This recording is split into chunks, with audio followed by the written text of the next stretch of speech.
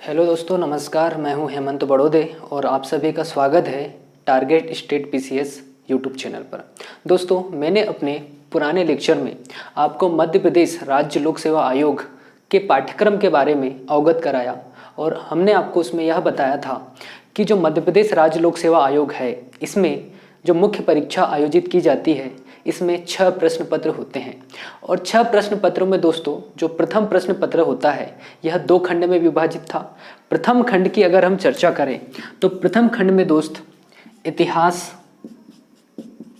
इतिहास विषय से संबंधित क्वेश्चन पूछे जाते हैं और खंड ब की अगर हम चर्चा करें तो यहाँ भूगोल से संबंधित क्वेश्चन पूछे जाते हैं।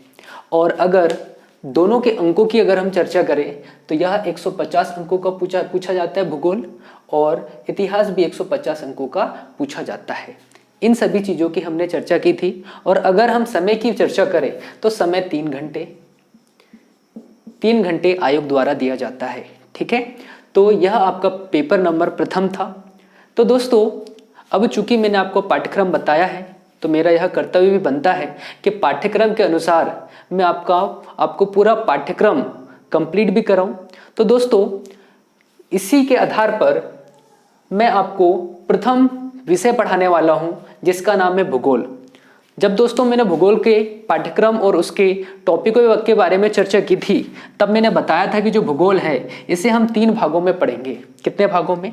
3 भागों में। जो पहला भाग होगा दोस्तों, इसमें मध्य प्रदेश का भूगोल पढ़ेंगे। दूसरे भाग में हम भारत का भूगोल पढ़ेंगे और जो तीसरा भाग होगा इसमें विश्व का भूगोल हमें पढ़ना है। विश्व का भूगोल हमें पढ़ना है। तो भूगोल से 3 टॉपिक इंपॉर्टेंट हैं। मध्य प्रदेश का भूगोल भी पढ़ना है आपको, भारत का भूगोल भी पढ़ना है और विश्व का भूगोल भी पढ़ना है। तो हम सबसे पहले उठाएंगे भारत का भूगोल। भारत का भूगोल हम पढ़ने वाले हैं दोस्तों। ठीक है, तो आज से हमारा टॉपिक होगा भारत का भूगोल। आप टॉपिक हेडिंग लगा सकते हो, भारत का भूगोल। चलें, आइए दोस्तों शुरू करते हैं हमारा प्रथम टॉपिक, भारत का भूगोल। भारत का भूगोल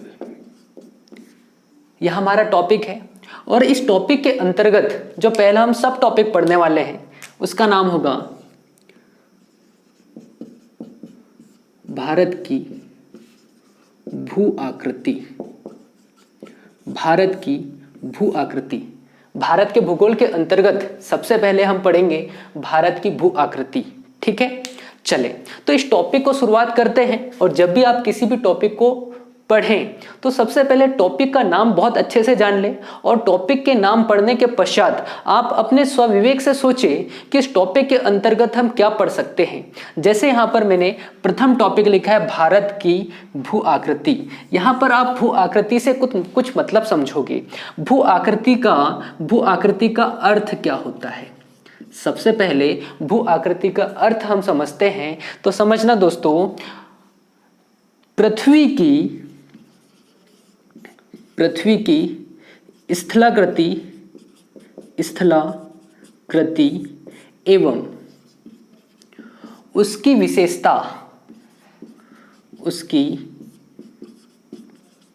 विशेषताओं का अध्ययन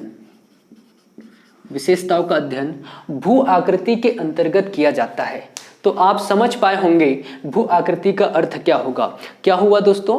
पृथ्वी की स्थलाकृति और उसकी विशेषताओं का अध्ययन करना किसके अंतर्गत होगा? भू आकृति। इसे आप भू आकृति विज्ञान भी कह सकते हो। अध्ययन किसके अंतर्गत किया जाता है? तो आप बताओगे भू आकृति विज्ञान के अंतर्गत किया जाता है। समझ में आया? अगर क्वेश्चन यह आ गया 3 नंबर में, भू आकृति विज्ञान क्या है, तो आप बताओगे पृथ्वी की स्थलाकृतियां और उसकी विशेषताओं का अध्ययन करना भू आकृति विज्ञान कहलाता है। आप शायद इतनी सी चीज समझ पाए होंगे।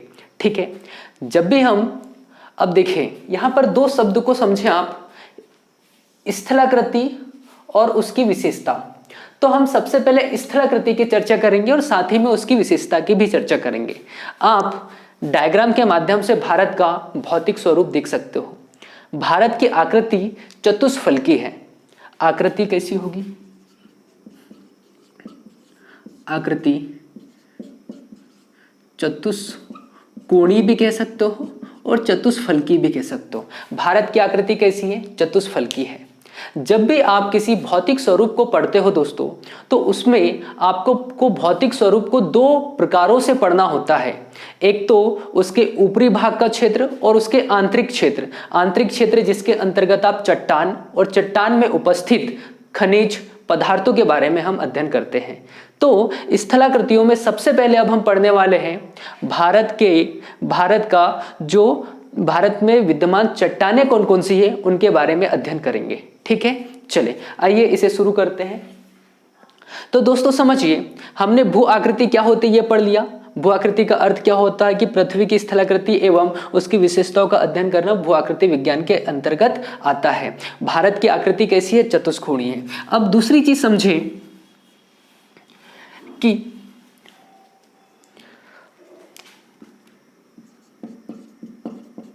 चट्टानों के आधार पर भारत की भू आकृति को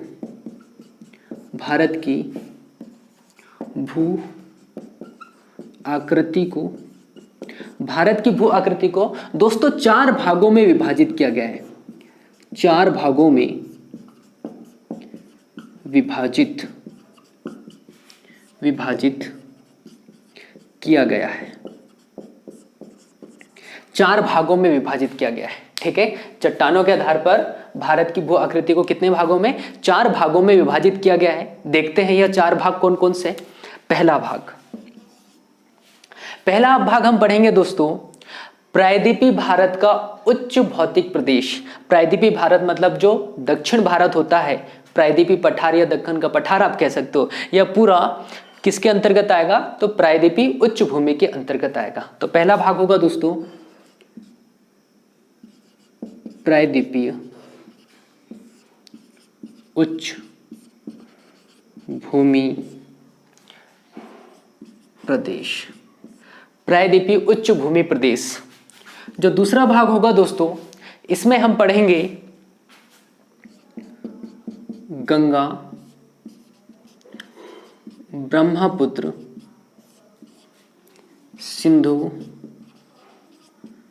नदी का मैदान। दूसरे भाग के अंतर्गत दोस्तों हम गंगा ब्रह्मपुत्र और सिंधु नदी का मैदान पढ़ेंगे। ठीक है, जो तीसरा भाग होगा, तीसरे भाग को हम इस रूप में पढ़ सकते हैं दोस्तों, जब आप भारत का भौतिक स्वरूप पढ़ते हो तो भारत के उत्तर में एक धनुष आकृति का एक विशालकाय पर्वत विद्यमान है, जिसे हम हिमालय पर्वत कहते हैं। जिसे हम क्या कहते हैं? हिमालय पर्वत। चूंकि हिमालय पर्वत जो है यह नवीन वलित पर्वत का उदाहरण है, तो इसे आप कह सकते हो नवीन वलित हिमालय पर्वत। तो तीसरा भाग जो होगा नवीन वलित हिमालय पर्वत। नवीन वलित हिमालय पर्वत। चौथे भाग की अगर चर्चा करें तो चौथे भाग में दोस्तों भारत का जो दक्षिणतम क्षेत्र है, इसमें दो तट है, एक पूर्वी तट और एक पश्चिमी तट।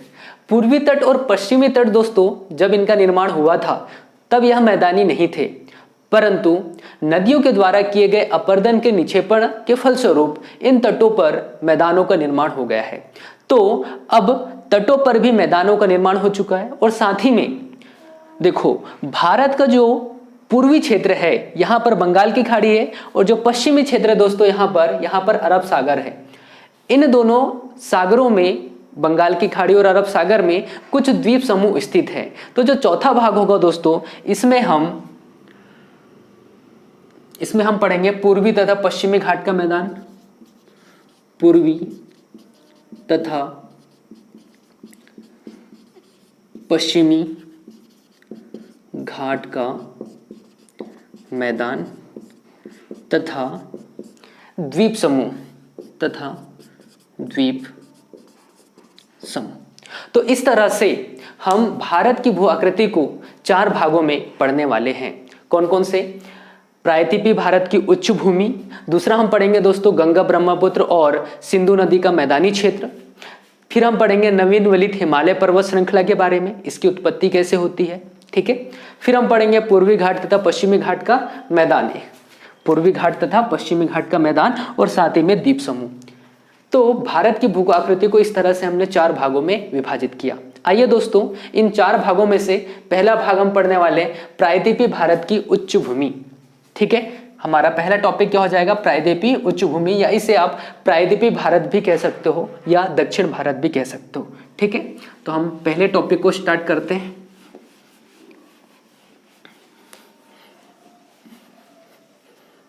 पहला टॉपिक होगा दोस्तों हमारा प्रायद्वीपीय भारत, प्रायद्वीपीय भारत, या इसी को आप दक्षिण भारत भी कह सकते हो, दक्षिण भारत, ठीक है। चले तो हमारा टॉपिक है प्रायद्वीपीय भारत या दक्षिण भारत। आइए दोस्तों इसकी विशेषताओं का हम थोड़ा सा अध्ययन करते हैं। सबसे पहले समझे, भारत में प्राचीनतम चट्टान से लेकर नवीनतम चट्टान तक भी पाई जाती है। प्राचीनतम चट्टान जो लगभग आज से 3600 मिलियन वर्ष पुरानी है, वह चट्टान भी भारत में पाई जाती है। तो पहला पॉइंट कुछ ऐसा लिख सकते हो आप, भारत में लगभग 36,000 मिलियन वर्ष पुरानी चट्टानें विद्यमान है। 3600 मिलियन वर्ष पुरानी चट्टानें विद्यमान है। दूसरी विशेषताओं की चर्चा करें दोस्तों, अब चूंकि इस बात को ध्यान रखें कि जो प्रायद्वीपीय भारत है दोस्तों, यह प्राचीन काल में गोंडवाना लैंड का हिस्सा था। दूसरी विशेषता ऐसे लिखेंगे आप, प्रायद्वीपीय भारत गोंडवाना लैंड का हिस्सा था। अब यह गोंडवाना लैंड क्या होता है, आइए इस कॉन्सेप्ट को थोड़ा समझते हैं। देखिए दोस्तों, जब पृथ्वी का निर्माण हुआ था, तो पृथ्वी के निर्माण जब हो रहा था दोस्तों, तो पृथ्वी एक आग के गोले के समान थी, परंतु समय जैसे जैसे बीतता गया पृथ्वी ठंडी हुई। पृथ्वी ठंडी होने के पश्चात वातावरण का निर्माण हुआ, वायुमंडल का निर्माण हुआ, वर्षा हुई और पृथ्वी पर 2 स्थलाकृतियों का निर्माण होगा दोस्तों। एक भाग होगा जलीय भाग और एक होगा स्थलीय भाग। तो यह वाला जो मैं भाग बता रहा हूं दोस्तों, इसे आप स्थलीय भाग माने, स्थलीय, और यह वाला भाग जो मैं बना रहा हूं इसे आप जलीय भाग माने। जो स्थलीय भाग है दोस्तों, इसे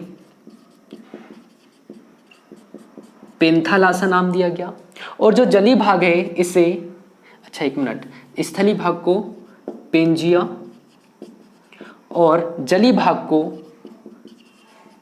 पेंथालासा, जलीय भाग को पेंथालासा नाम दिया गया।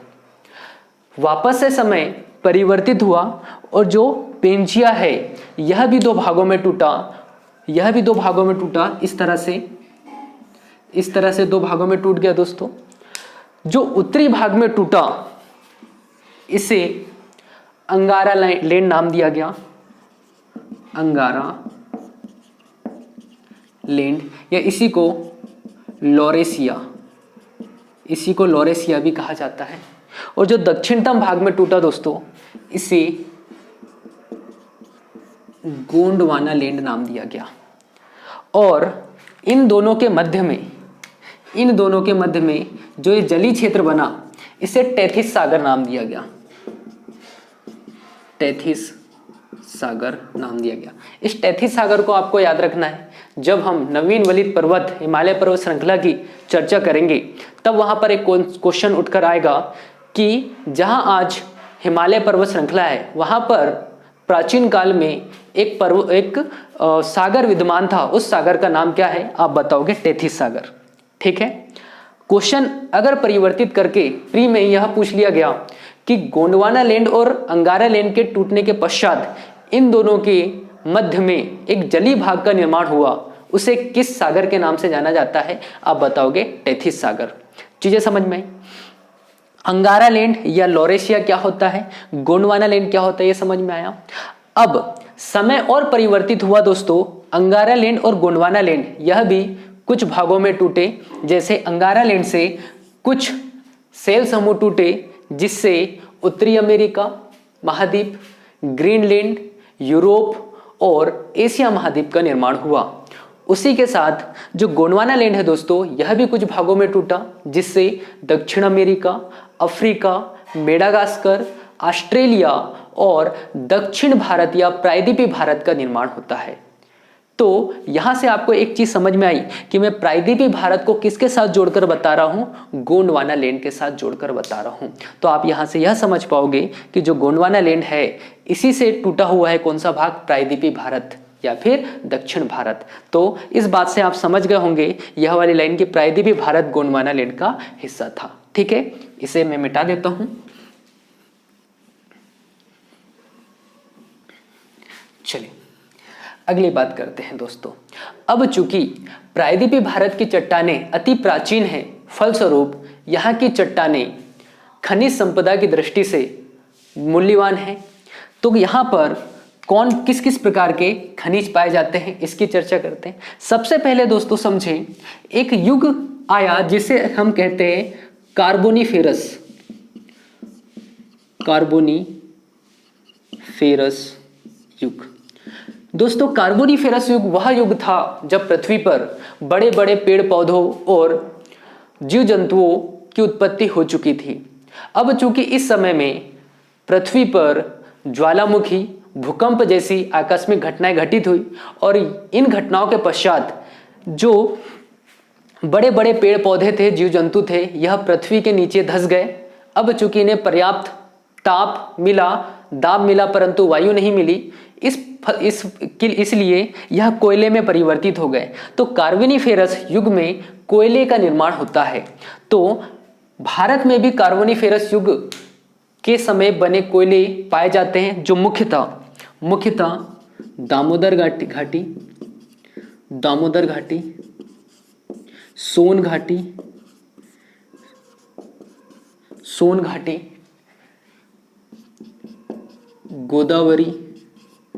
गोदावरी घाटी, साथ ही में महानदी घाटी और नर्मदा घाटी। यह कुछ प्रमुख घाटियां हैं जहां पर भारत में कोयले पाए जाते हैं। कभी क्वेश्चन यह आ गया कि बड़े बड़े पेड़ पौधों की उत्पत्ति किस काल में होती है, आप बताओगे कार्बोनिफेरस युग में। क्वेश्चन यह आ गया कि कोयले का निर्माण किस युग में होता है, आप बताओगे कार्बोनिफेरस युग में। ठीक है, चले आगे। अब इस बात को समझे दोस्तों कि जो प्रायद्वीपीय भारत है यह गोंडवाना लैंड का हिस्सा है और यह अपनी स्थिति से उत्तर पूर्व की ओर लगातार खिसकते हुए वर्तमान की स्थिति में आ पहुंचा है और अभी भी यह उत्तर पूर्व की ओर खिसक रहा है। इसलिए हम पढ़ते हैं कई बार कि हिमालय पर्वत की ऊंचाई कई बार अधिक हो जाती है और कई बार क्या होता है कि ज्वालामुखी या फिर भूकंप जैसी घटनाएं घटित होने के पश्चात इसकी ऊंचाई पुनः कम हो जाती है। तो ऊंचाई बढ़ने का कारण यह है कि यह भौतिक क्षेत्र अभी भी उत्तर पूर्व दिशा में खिसक रहा है।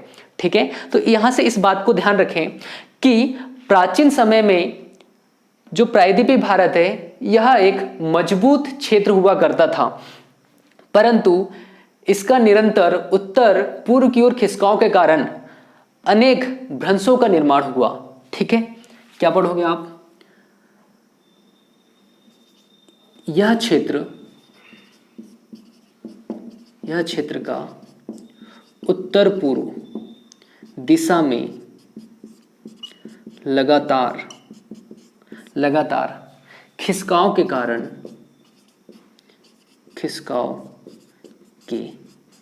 कारण भ्रंशों का निर्माण हुआ।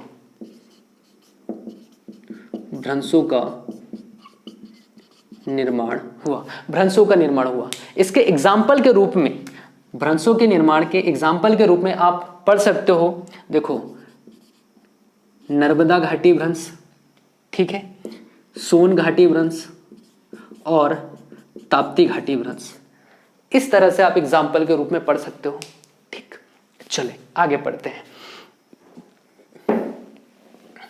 अगली चीज समझिए दोस्तों,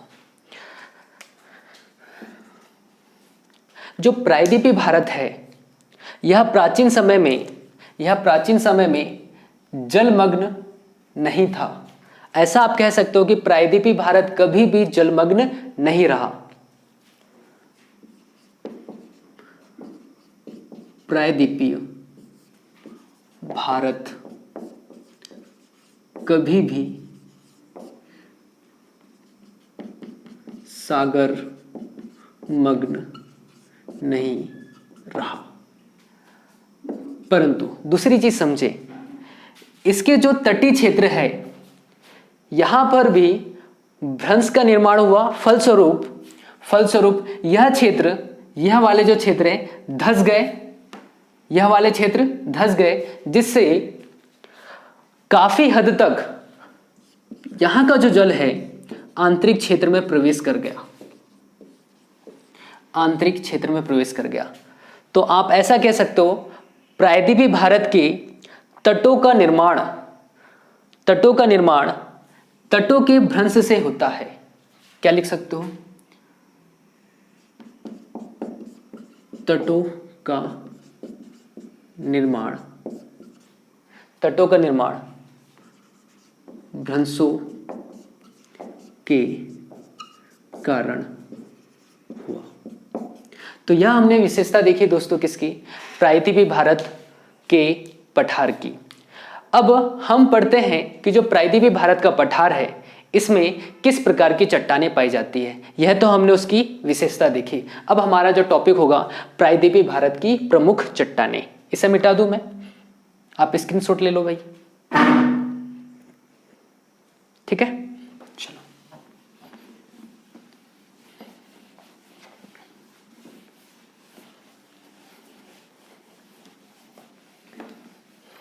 अगला टॉपिक है हमारा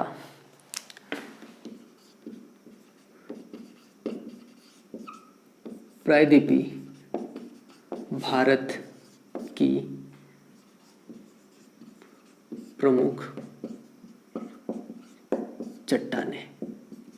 ठीक है, इस बात को समझिए दोस्तों कि प्रायद्वीपीय भारत की कुल 8 प्रकार की चट्टानें पाई जाती है। प्रायद्वीपीय भारत में कुल 8 प्रकार की चट्टानें पाई जाती है। यह चट्टानें प्राचीन चट्टानों से लेकर अभिनूतन चट्टान, सभी प्रकार की चट्टानें यहां पर पाई जाएगी। यह 8 प्रकार की चट्टानें कौन कौन सी हैं, आइए देखते हैं। सबसे पहले धारवाड़ क्रम की चट्टान पढ़ेंगे। जो दूसरी क्रम की चट्टान होगी दोस्तों विंध्यन क्रम की चट्टान। ठीक है, कुडप्पा क्रम की चट्टान,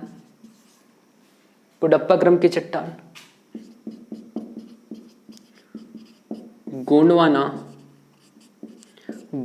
क्रम की चट्टान हम पढ़ेंगे।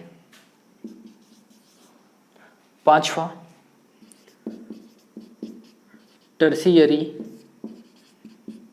टर्सियरी युग की हम चट्टान पढ़ेंगे। 6वां अभिनूतन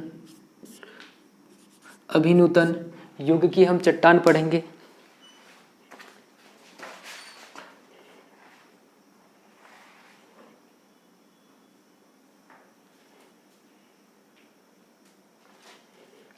ठीक है, चलो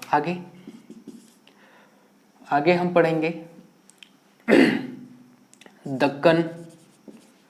दक्कन ट्रेप की चट्टान, और साथ ही में हम पढ़ेंगे 8वां धारवाड़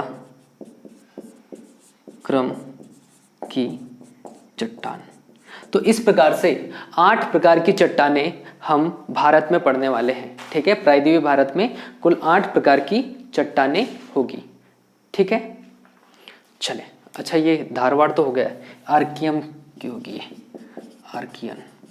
आर्कियन युग की चट्टान। ठीक है, तो इस प्रकार से प्रायद्वीपीय भारत में कुल 8 प्रकार की चट्टानें पाई जाती हैं। तो दोस्तों, अगले लेक्चर में हम इन 8 प्रकार की चट्टानों की विशेषताओं के बारे में अध्ययन करेंगे और यह चट्टानें भारत में किन किन क्षेत्रों में पाई जाती है। तो आज के लिए इतना ही। जय हिंद, जय भारत।